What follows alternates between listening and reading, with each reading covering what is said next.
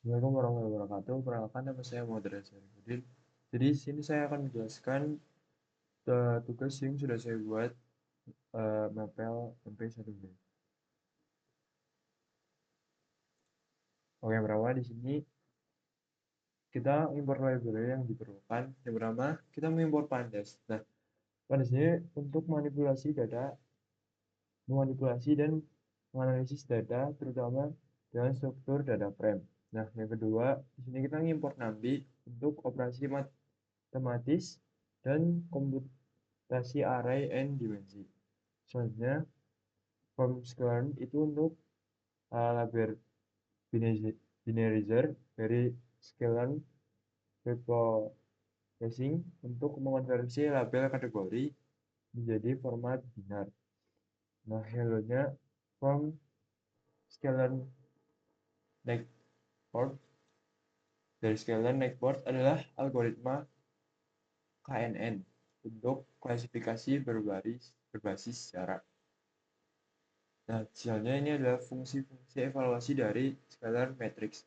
Yang pertama untuk menghitung akurasi prediksi, yang kedua untuk menghitung presisi model, yang ketiga untuk menghitung sensitivitas, yang ketiga untuk rata-rata harmonik antara presisi dan rekal, yang keempat ini untuk menampilkan ringkasan metrik evaluasi, ya yang keenam ini untuk menghitung koefisien korelasi net yield. Selanjutnya di sini Skype di sini untuk fungsi equivalent di sini untuk dari Skype spatial distance untuk menghitung jarak Euclidean antara dua titik dalam ruang n dimensi. Selanjutnya import matplotlib untuk membuat visualisasi data plotting. Nah, dari sini keyboard untuk membuat visualisasi data statis yang lebih menarik. Misalnya sini ini page file datasetnya. Selanjutnya di sini df. Dari ini untuk membaca file CSV dan konversasi menjadi data frame df untuk manipulasi selanjutnya. Jadi di sini digunakan kode yang ini untuk digunakan untuk membersihkan data. Yang pertama di sini untuk menampilkan data 0, NA, dan NaN. Selanjutnya di sini untuk menampilkan data duplikasi. Yang ketiga untuk menghapus data 0, NA, dan NaN. Yang keempat di sini untuk menghapus data duplikasi. Yang terakhir di sini untuk menampilkan data frame setelah dibersihkan. Nah, selanjutnya di sini ke visualisasi data. Nah, di sini untuk membuat figur dan akses untuk plot menggunakan matplotlib. Selanjutnya, ini untuk melakukan iterasi berdasarkan grup pada data frame DF yang digabungkan berdasarkan kolom klasifikasi. Selanjutnya, nah ini untuk membuat scatter plot untuk setiap grup, X untuk data tekanan darah, dan Y untuk data albumin. Label klasifikasi di sini memberikan label untuk setiap grup diambil dari nilai kolom outcome. Selanjutnya di sini menambahkan PLT legend ini untuk menambahkan legenda untuk membedakan grup berdasarkan outcome. Selanjutnya di sini PLT title ini untuk menambahkan judul pada plot, dan selanjutnya PLT X label ini untuk menambahkan label pada sumbu X, yaitu ini buat tekanan darah. Yang satunya Y ini untuk sumbu Y untuk albumin. Jadi PLT grid untuk menambahkan grid untuk mempermudah pembacaan plot, dan terakhir PLT show di sini untuk menampilkan plot ke layar. Soalnya di sini untuk selanjutnya mengonversi kolom tekanan darah dalam bin dari data frame DF menjadi array NumPy 2D. Selanjutnya, data ini digunakan sebagai fitur untuk model machine learning. Selanjutnya, mengonversi kolom klasifikasi dari data frame menjadi array NumPy 1D. Data ini digunakan sebagai label output untuk model machine learning. Saya di sini untuk mencetak isi Xtrain dengan format array numby dan JTrain dengan format array numby juga.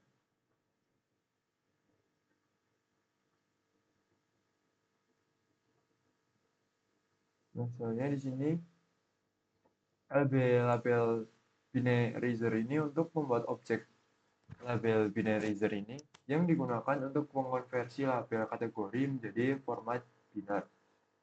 Nah, selanjutnya ini menggunakan label binarizer mengonversi JTrain atau label asli menjadi format binar. Nah, di sini fit transform sini secara otomatis melakukan dua hal. Yang pertama untuk menyesuaikan label binarizer dengan kata fit, selanjutnya untuk mengonversi data sesuai dengan skema binar atau transform. Selanjutnya mencetak hasil. Selanjutnya di sini print mencetak hasil JTrain setelah konversi ke format binar. Nah, selanjutnya di sini JTrain flatten ini untuk mengubah array di JTrain menjadi array 1D menggunakan fungsi flatten. Setelah label binarizer JTrain berbentuk array 2D dengan setiap label dengan format binar. Seperti ini contohnya. Nah, flatten itu mengubah menjadi kayak gini lah contohnya. Selanjutnya print ini untuk mencetak hasil JTrain setelah diubah menjadi array 1D.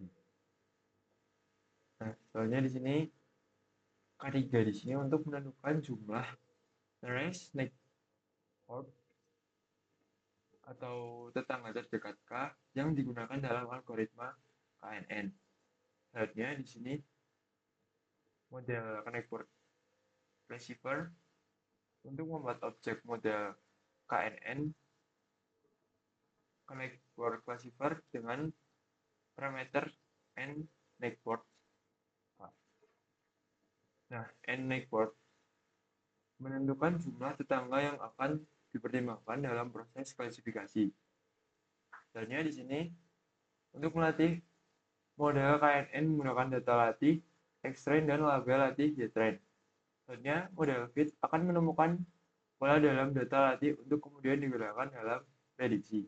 Nah, selanjutnya di sini kode yang ini digunakan untuk memprediksi klasifikasi ginjal kronik. Ya, untuk memprediksi data baru lah. Nah, tekanan darah sama dengan darah 5 A albumin sama dengan 70. Nah, di sini untuk menetapkan nilai tekanan darah dan albumin untuk data baru. Nah, selanjutnya ini untuk kode ini untuk membuat array numby dengan data baru dan mengubah menjadi array 2D dengan reshape. Nah, reshape ini untuk mengubah array 1D menjadi array 2D dengan satu baris dan sejumlah kolom sesuai panjang array. Nah, Xnew di sini untuk menampilkan Xnew untuk memverifikasi format data baru. Nah, selanjutnya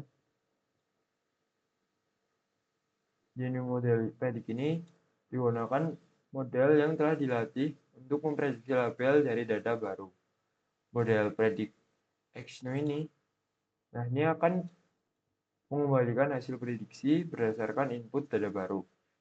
GNU untuk menampilkan hasil prediksi GNU yang berisi label outcome untuk data baru.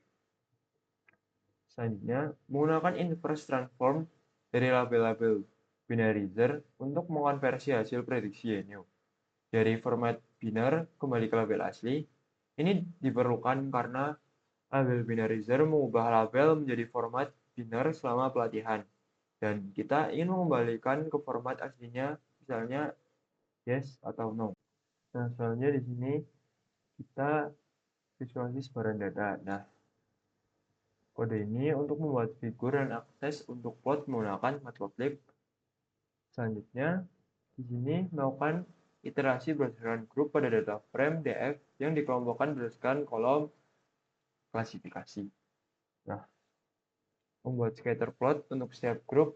Nah, X data di sini tekanan darah dan Y data albumin sama seperti ya tadi lah di atas.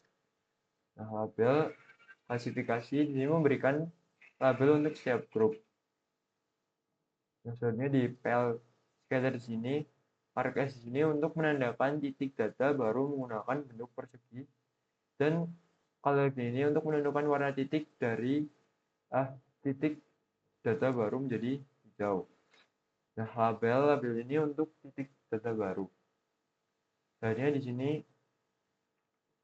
tombol ini menambahkan legenda judul dan label sumbu yang tadi sudah saya jelaskan di atas. Selanjutnya kode new NP array.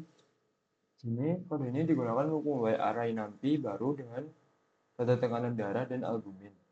Nah, data ini disimpan dalam array 1D yang berisi dua nilai, yaitu tekanan darah dan albumin.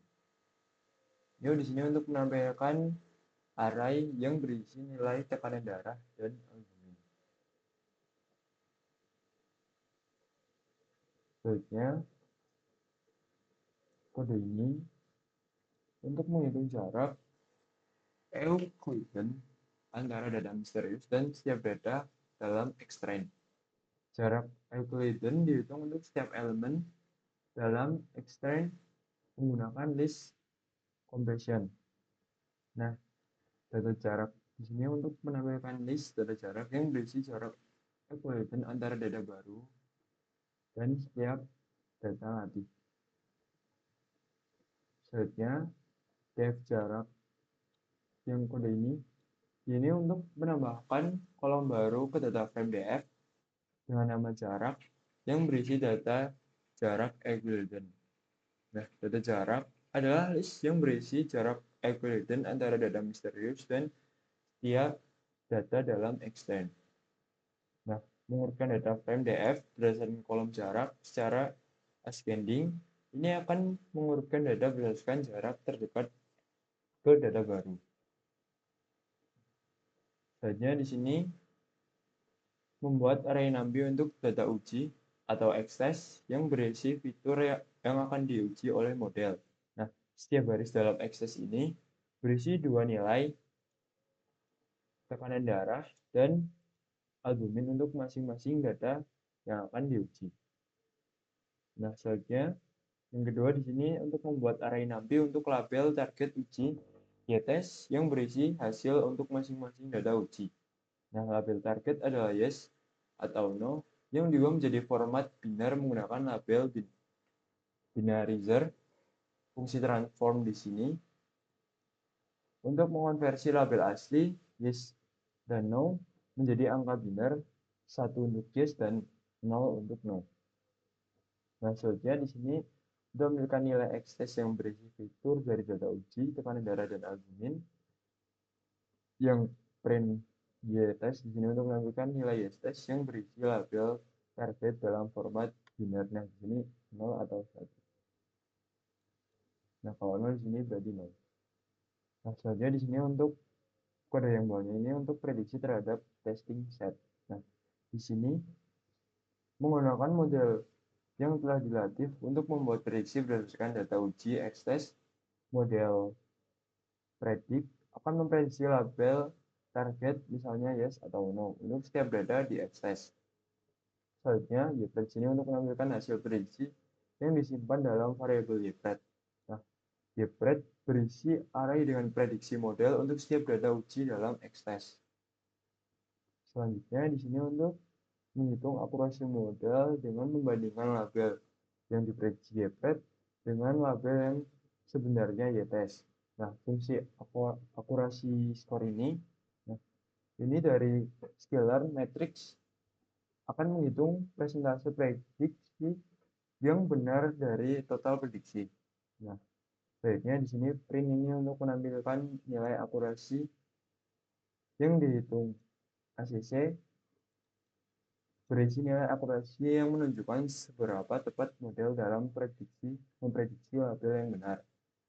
Selanjutnya, ini untuk menghitung presisi model dengan membandingkan label yang diprediksi dengan label yang sebenarnya atau tes.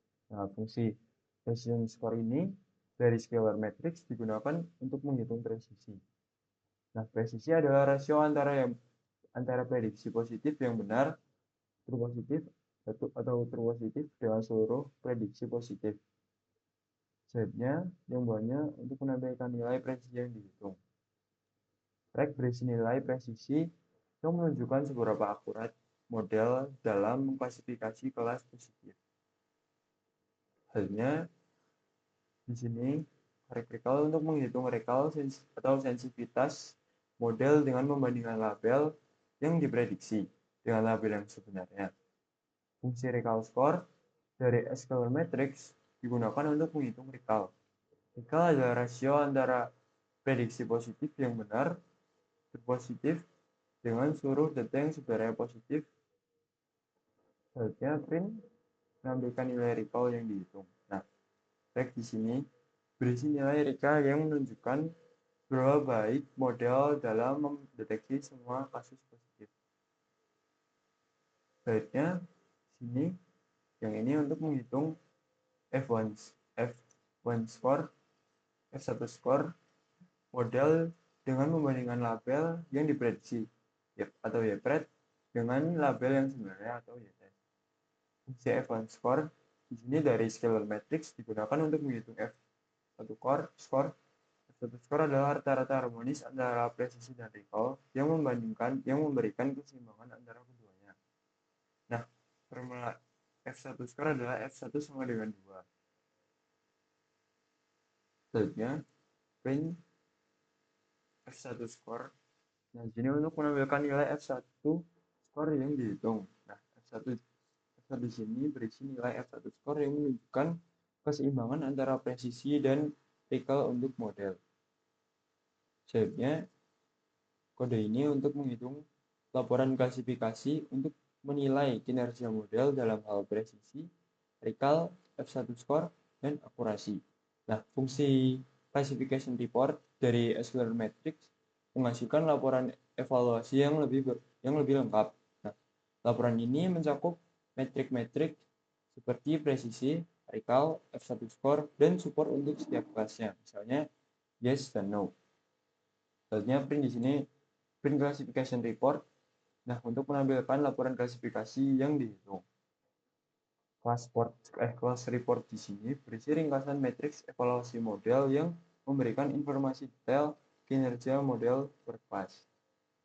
Nah, yang terakhir di sini untuk menghitung Matthews correlation coefficient untuk menilai kinerja model secara keseluruhan. Nah, fungsi Matthews Curve dari scalar matrix digunakan untuk menghitung MCC. Nah, MCC itu matriks yang mengukur kualitas prediksi dalam masalah klasifikasi binar. Nah, nilai MCC berkisar antara -1, atau prediksi sepenuhnya salah hingga nilai MCC berkisar antara -1 prediksi sepenuhnya salah hingga +1 prediksi sepenuhnya benar. Nah, dan nilai 0 menunjukkan prediksi acak atau model yang lebih baik dari tebakan acak. Nah, saja print MCC di sini untuk menampilkan nilai MCC yang dihitung. Nah, MCC berisi nilai Matthews correlation coefficient yang menunjukkan seberapa baik model dalam memprediksi kelas positif dan negatif. Nah, sekian presentasi dari saya. Wassalamualaikum warahmatullahi wabarakatuh.